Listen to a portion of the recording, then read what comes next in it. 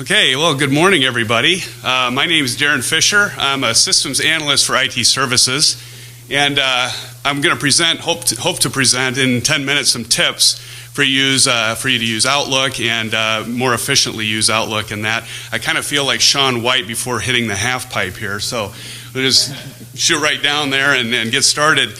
With the migrations happening for us to get on a common email system, IT Services has been working hard to get people on Exchange, and with that, people are using Outlook. So a common questions are, how do I use this application and how do I use it well and efficiently so that I can do the things that I need to do throughout the day and not get dragged down and trying to figure things out.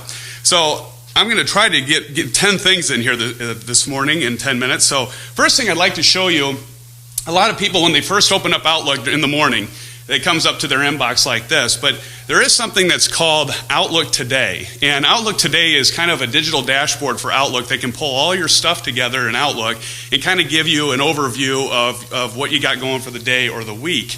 And so to do that, if you're when you got your computer up, you just go to Mailbox here, and it will take a few seconds to bring this up. But you can see I have my calendar, I have my tasks, I have my messages, and I just have a three folders set up right now to show me like my unread items. Now this is all customizable for you. And you can just do that by going up to Customize Outlook Today. And here you can set this to when starting, go directly to Outlook Today, so you can check that box.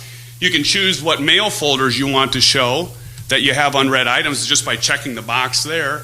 And then also, you can set your calendar day and maybe a different view. And some of these views and styles are downloadable through the web, so you can really customize it to have it look the way you want. The most important thing, though, is when you get done setting those, you want to click Save Changes.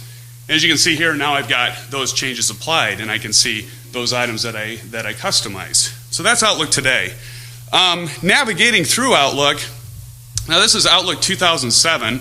If you want to know what version of Outlook you're using when you get back to your office and you're not sure, you can go to Help and About Microsoft Outlook, and it'll tell you right here what version you're on. We can see we're on 2007. The thing about navigating Outlook, they changed this in 2007, is when you're clicking on Mail, you'll notice that I only see the Mail folders.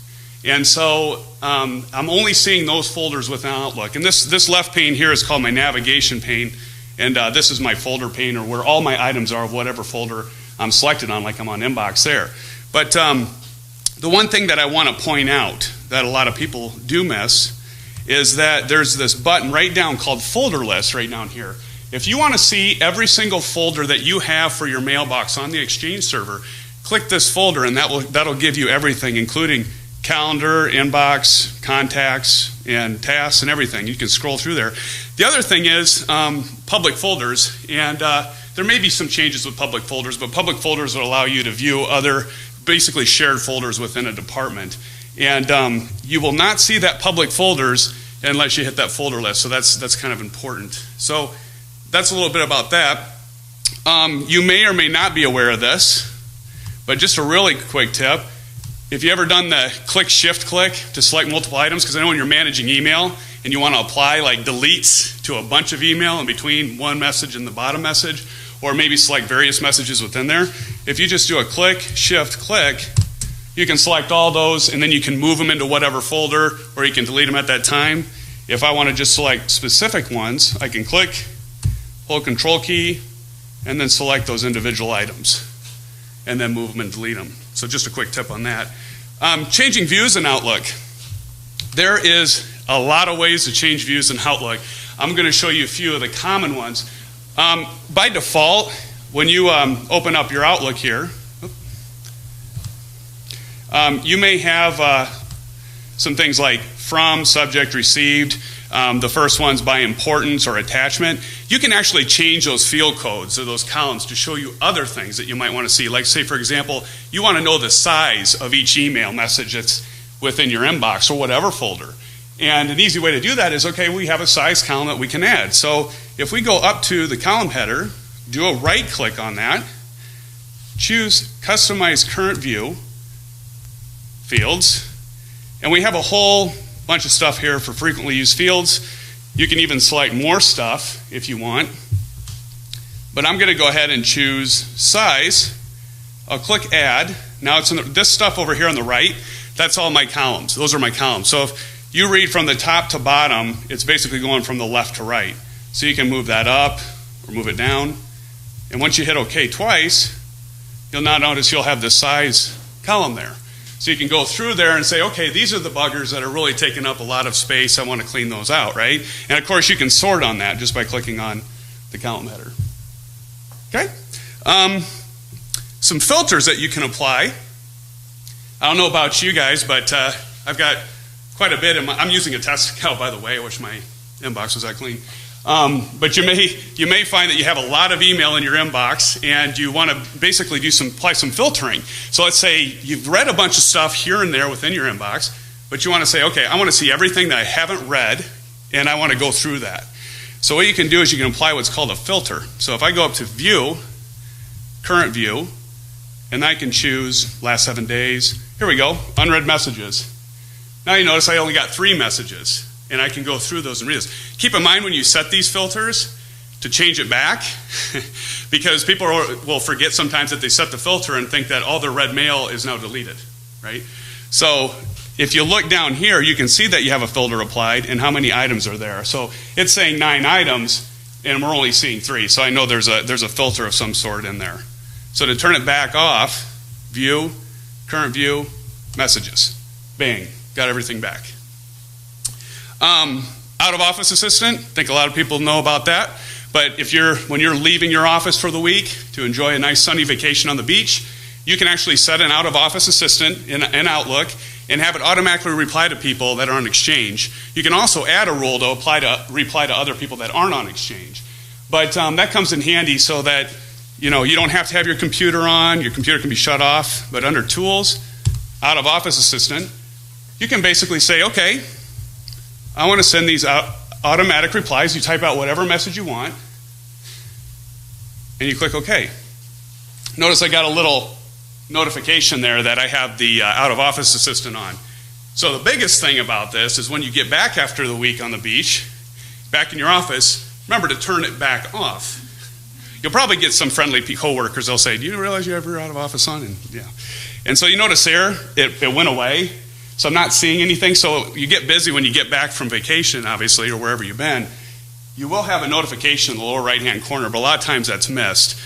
So you can just click on that and say turn off auto replies, and you're ready to go. Rules Wizard and spam filters. I'm not going to show you how to set up a spam filter, but if you get a lot of spam that comes into your inbox, give us a call at our Solution Center, and we can help you set up a spam filter. But one of the nice things about rules, I think this is one of the most powerful things in Outlook for manage your email. You can have Outlook automatically do things for email as you receive it or when you send it. So for example, if I wanted to automatically, rules and alerts, tools, rules and alerts, apply a message when it arrives. There's some canned rules here in Outlook. Or I can simply create my own rule. There's all kinds of stuff you can set here. Let's say from a specific person, you select what person you want it to go to, or what rule it applies for, I should say. So there I say Kevin, and I can say move it to a specified folder. Maybe I'm choosing training. Hit OK. Next, apply any exceptions. And then you can name it, and then you can also choose when you create that rule to run it now. And then when you close that, or do finish, you'll see that it processes and you're good to go. Now you can turn that rule off if you want. You don't have to delete it. You just go back to the same place. And there's a checkbox to uncheck it. Deleted item retention. How many of you have deleted something? Goes to deleted items. You empty out the deleted items and it's gone and you're like, shoot, there's something that actually got deleted out of my deleted items that I want back. If you do it fast enough, typically within a month, if you go back to your deleted items folder, click on it, choose Tools, Recover Deleted Items, you can actually see those messages within that month period and recover those just by selecting it and clicking this little icon here, Recover Selected Item. You can see it pops back on in my deleted folder so I can move that stuff. One last thing I want to get through. How many people have sent an email message out and wish they could get it back? Okay, I see the end sign, but I don't think everybody's interested in this. Yes, I have had that happen too. So if you're doing an email message and you type it up, like say I'm sending this to myself because I'm lonely, don't have anybody to send email to, and maybe I say training, and I say please bring documentation to Wednesday's meeting. And I send that, and I'm like, oh shoot, not Wednesday, Thursday, right? So what I can do is I go to my sent items folder, find that message I just sent, open it up, go to other actions, and I can say recall this message. Now I can choose either delete the unread copies of this message, so I don't want to resend it, I just want to delete it, or I can change the one I just sent. Tell me if it succeeds, because that's always nice. And then I can change that to Thursday's meeting and resend it, and I'll get a notification if it worked or not. Now, one thing about that is the person can't have opened it that you sent it to if you're trying to recall it. If they do, then you're stuck, and you just send them a new one. So thank you. I see them. Yes? Is it announced that it got recalled? I've seen that. Yes. It'll actually give you, if you ever seen a read receipt, when you send an email message out and you want to know when the person's read it, you get a receipt. It's kind of a similar thing. You'll get an email message back, and it'll tell you if the recall was successful or if it failed. How about the person who received it initially?